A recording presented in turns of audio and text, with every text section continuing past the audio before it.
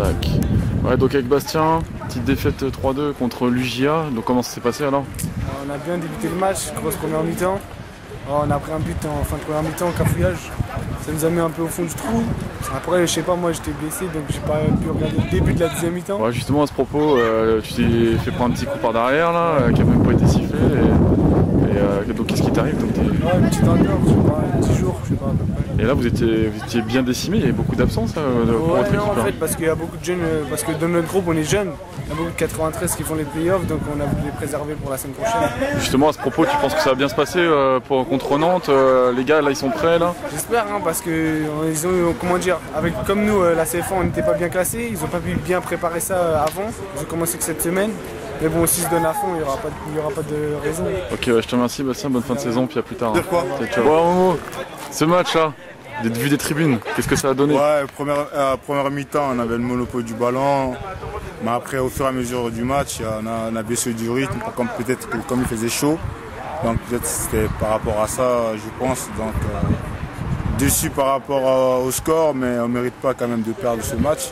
Et toi, qu'est-ce qui t'arrive avec le bras en écharpe là? Moi, j'ai une fracture du poignet, ça m'est arrivé contre Amiens. Et voilà, je me suis fait opérer jeudi, donc ça va mieux. Donc, voilà, bon, on n'aura même pas eu l'occasion de te voir pour un de tes derniers matchs là. Ouais, c'est vrai, mais c'est pas grave. Donc là c'est définitif, on te revoit plus alors? Ouais, c'est vrai, c'est définitif, je quitte le club. Pendant 8 ans j'étais au club, donc voilà, c'est la fin. Et voilà, je continue avec un autre club. Tu veux pas nous en dire plus? Non, pas de détails pour le moment, je suis encore signé. Bon, en tout cas, de la part des Titi du PSG, on te remercie pour les 8 ans passés au club et bonne route à toi. Merci. Voilà. Ok, avec Benjamin, donc, après cette défaite face à l'UJA, donc comment ça s'est passé? Un match un peu fou quand même? Ouais, un match un peu fou.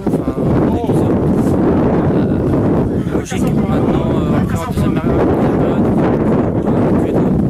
on part du jeu long, ça fait de gros gabarits. En difficulté. On n'a pas su trouver la solution pour pénétrer. Et on fait un problème défensif, beaucoup de chèques sur le penalty. Et après, sur le troisième but, on est mal en place. Et ça se termine malheureusement par une défaite pour nous, alors que c'est pas du tout la physionomie du match.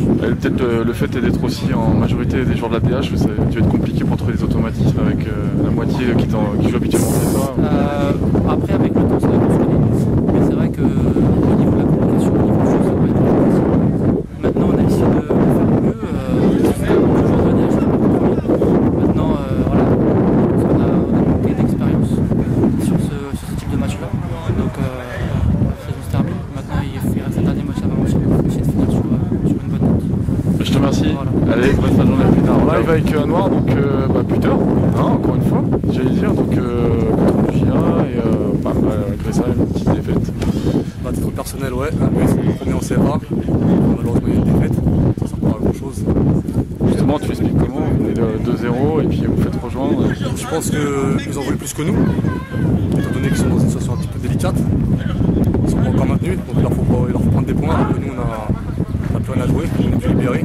Je pense qu'on avait la maîtrise du jeu, puis après il y a eu un relâchement, tout simplement. Ils ont profité. Et ça fait quoi de jouer avec la majorité des joueurs de la DH, se retrouver en CFA? C'est une récompense pour vos bonnes dernières saisons ou... Je pense que c'est un signe de reconnaissance. On montre qu'ils pensent un petit peu à nous. Ouais, c'est l'important ça. C'est important d'être reconnu en tant qu'équipe numéro 3. On a de la valeur, il y a des bons joueurs. Et puis c'est une récompense. Ouais. Et pour finir, tu trouves qu'il y a vraiment une grosse différence entre la CFA et la DH? Il y a quelques petites différences, pas une grosse, je dirais pas une grosse sans prétention, avec toute la modestie que je peux avoir. Il y a des différences athlétiques, ça va vite. Sinon, je pense que ça se vaut un petit peu. Merci à Noir et félicitations pour ton but. Hein. Merci beaucoup. Bon, avec Ousmane, donc camp des Loges après la défaite 3-2 contre l'UJA. Donc comment expliquer le fait de mener 2-0 et se faire remonter 3-2? Déjà on n'a pas l'habitude de jouer avec... il fait pas mal de joueurs, enfin pas mal de différences entre les joueurs. Il y a des joueurs du DH, des joueurs de 19 ans. Donc on ne s'est pas habitué. À la fin on a craqué. Après en face, ils avaient encore plus envie par rapport à nous. Hein. Ouais. Parce que nous malheureusement nous on ne jouait plus rien. Et encore ils jouaient encore moitié. Et justement cette saison qui est longue, hein, vivement qu'elle se finisse quand même pour la CFA, t'expliques comment le fait que vous ayez plus joué le maintien que le haut de tableau? Déjà cette année le problème par rapport à l'année dernière c'est qu'on est vraiment un peu jeune. déjà on avait un nouveau coach, c'était pas facile pour nous.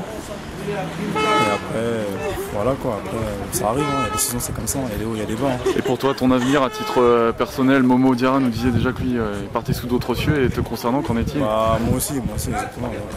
Ouh. Un petit scoop pour les titis du PSG, non? Pour l'instant, on peut encore rien dire, on verra bien. Bon, en tout cas, Ousmane, on te remercie de la part des titis du PSG pour le temps que tu as passé sous maillot parisien. Puis on espère que c'est qu'un au revoir et qu'on restera en contact, et on te souhaite le meilleur en tout cas. Merci beaucoup. À très bientôt. Donc avec Cédric Kanga, pardon, oui, c'est la fin du match, fin du week-end, il fait chaud. Donc une petite défaite quand même. On menait 2-0, on perd 3-2, qu'est-ce qui s'est passé? On n'a pas su gérer le score. Après, en face, ils avaient plus 5 minutes, je pense, au bout d'un moment. Ouais, tu penses que le fait de jouer le maintien, ça leur a permis de se surpasser et... Voilà. Et ce qui nous a fait mal, c'est le but juste avant la mi-temps. Ouais. Ça les a remis vraiment dans le match. Et quand ils ont commencé la deuxième mi-temps, je pense qu'ils avaient plus 5 coups. Et sur la fin, ça s'est joué. Nous, on avait quelques petites occasions, on les a loupées. Et eux, un penalty et un but en cafouillage, voilà, ça fait la différence. Et c'est compliqué de passer de la DH à la CFA, tu trouves qu'il y a une grosse différence ou... Personnellement, non.